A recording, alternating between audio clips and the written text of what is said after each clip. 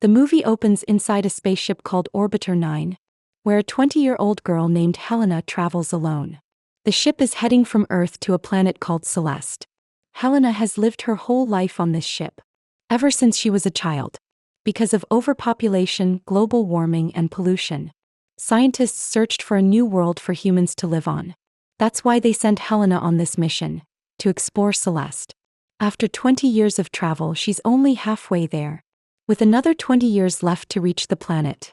Helena was brought here as a newborn by her parents, who raised her on the ship. But 3 years ago, a malfunction caused the oxygen levels to drop sharply, changing everything. If all three had stayed, the oxygen would have run out in just 1 year.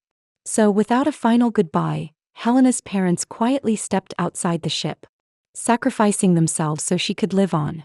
With only Helena aboard, the oxygen could now last about 3 to 4 years. During that time, an engineer from one of the nearby space stations was expected to reach her ship and provide assistance. For the past 3 years, Helena has lived completely alone, keeping the spaceship running and waiting for help to arrive.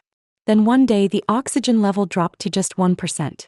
The ship's AI system informed her that an engineer would reach Orbiter 9 within 17 hours. For the first time in her life, Helena was about to meet another human, someone other than her parents. But a few hours later, the emergency alarm blared, and the ship began shaking violently, throwing everything into chaos. Helena rushes to the control room and sees a space capsule attaching itself to her ship. As the hatch opens, a young man about her age steps inside. The first person Helena has ever seen besides her parents. Overwhelmed with joy, she stares at him in disbelief. The man introduces himself as an engineer, sent to fix the ship. He explains that he has only 50 hours to complete the repairs. With him is a small robot that scans and detects system faults. Helena, curious and excited, tries to stay close to him, but the engineer keeps a polite distance. When she asks his name, he replies, Alex. Helena invites Alex to have dinner with her. After hesitating for a moment, he accepts. It's the first meal she's shared with anyone in years, and she can't hide her happiness. Once dinner ends, Alex begins his repair work. While he's busy, Helena sneaks into his quarters, examining his belongings and even speaking to his little robot. Later that night, while Alex is asleep, Helena quietly enters his room again. She gently touches his arm, waking him. Before he can react, Helena softly says she has never kissed anyone before, and that she will have to spend the next 20 years alone on this spaceship. After hearing this, Alex remains silent, and soon, a romance blossoms between him and Helena. But only a few hours later, Alex quietly departs the spacecraft, leaving without a proper goodbye. Moments later, his space capsule lands inside a hidden tunnel. As he steps out and rides an elevator upward, a shocking truth unfolds. Alex is actually on Earth, and so is Helena. In reality, everything is part of a classified military experiment known as the Orbit Program. Deep within a restricted jungle zone, an underground research facility houses 10 advanced spacecraft simulators, each labeled Orbiter 1 through Orbiter 10. Scientists use these simulators to observe and measure how the human body and mind adapt to decades-long space travel towards Celeste, a study meant to prevent physical and psychological damage. During real interplanetary missions, the scientists behind the program shared a grand vision to make sure all of humanity could one day safely migrate. Among the simulators, Helena lived inside Orbiter 9, completely unaware of the truth. None of the participants knew they were part of an experiment. Each believed they were alone, traveling through deep space. Alex, once a scientist with the same organization, returns to the agency facility. There, a fellow researcher informs him that their space program's progress is accelerating rapidly.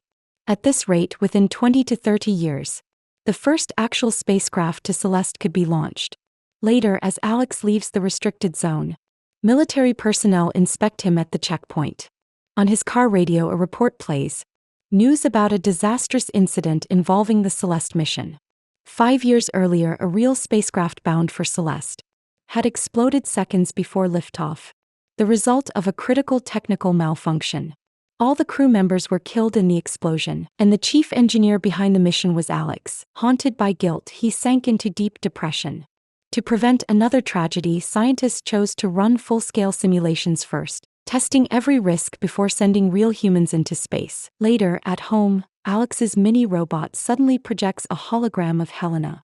She's repeating the same sweet words she once told it, unaware it had been secretly recording her.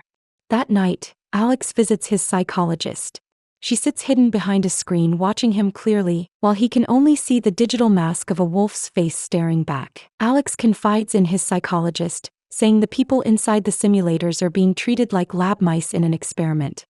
He feels deeply guilty and disturbed, especially for Helena, whose loneliness haunts him. From his home lab, Alex secretly watches Helena every day, growing more attached and restless. Finally, unable to bear it any longer, he decides to return to Orbiter 9, hidden within the restricted military zone. Inside the simulator, Helena lies quietly, lost in sadness, when suddenly the ship begins to shake and alarms blare. She checks the control panel and sees a space capsule docking with her ship, though she never sent any request.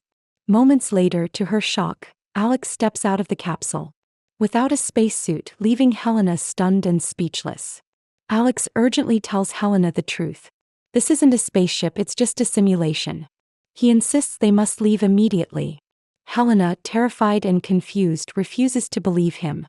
She pleads with Alex to go back to his capsule, thinking he's lost his mind. In response, Alex tears out the surveillance camera, explaining, "It holds every recording of her life from childhood to now." Though frightened, Helena finally trusts him. Alex then places the mini-robot in her seat, connecting all the wires so the system continues to send normal health data to the agency. With everything in place, he takes Helena's hand and leads her out.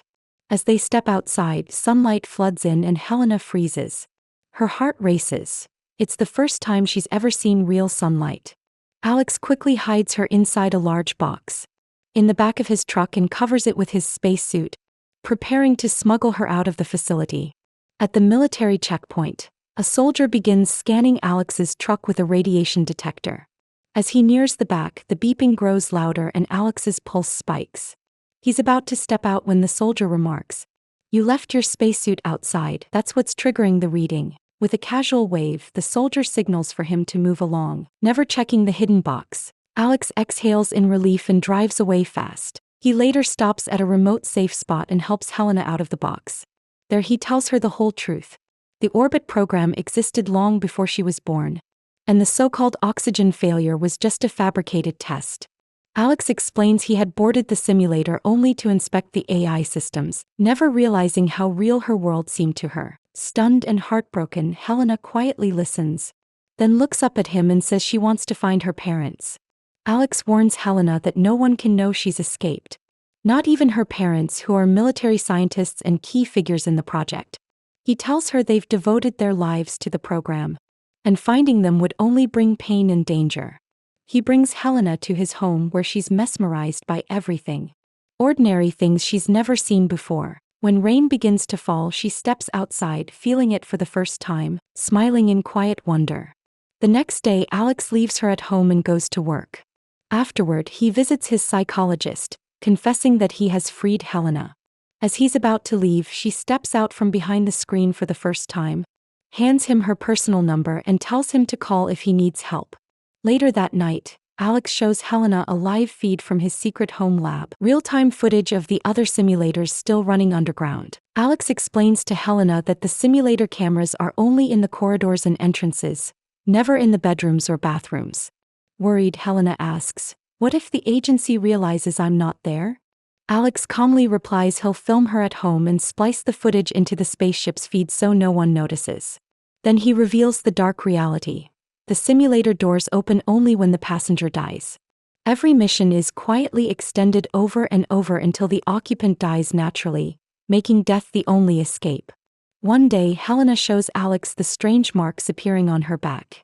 Alarmed, he takes her to a trusted doctor friend. The doctor examines her and says her skin is far too delicate, and the sunlight is harming it. Pressed for an explanation, Alex finally confesses the truth about who Helena really is, and how she came from inside Orbiter 9. The doctor warns Alex to be extremely careful with Helena's condition. One day, while Alex is away, Helena discovers a classified report hidden in his house. To her shock, it reveals that she is actually a clone. Determined to uncover the truth, She takes down her parents' address from the file and leaves without telling Alex. When she finally meets them, her parents confirm the truth. Yes, she's a clone, but still as human as anyone else. Perhaps even stronger and smarter in some ways. Suddenly, Helena's father grabs a pair of handcuffs, ties her to a railing, and prepares to call the agency. But before he can, her mother strikes him from behind, knocking him unconscious. Back at home, Alex returns to find Helena gone and the reports scattered across the room. Realizing what's happened, he knows she's gone to find her parents.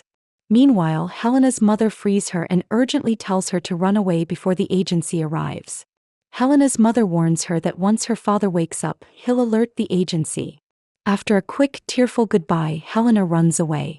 Moments later, her father regains consciousness and immediately contacts the agency. Helena rushes back to Alex's house and together they flee. But the lead scientist arrives at Alex's home with a team of commandos hot on their trail. Alex and Helena reach the psychologist's office seeking help. The scientist tracks them there as well. The psychologist tries to hide them, but is discovered and killed by a commando. Alex and Helena barely manage to escape again, chased by the commandos and the scientist. Eventually, they're cornered with no way out. Their only chance is to jump to another roof. Helena urges Alex to go first. He jumps and calls for her to follow. But Helena hesitates, deciding to surrender to save Alex. The commandos capture Helena and open fire at Alex. He narrowly escapes and later meets with his doctor friend. The doctor warns him that Helena's condition is worsening. Her skin is deteriorating fast and she can't survive sunlight. Alex quietly says he's no longer with her. The agency has taken her back.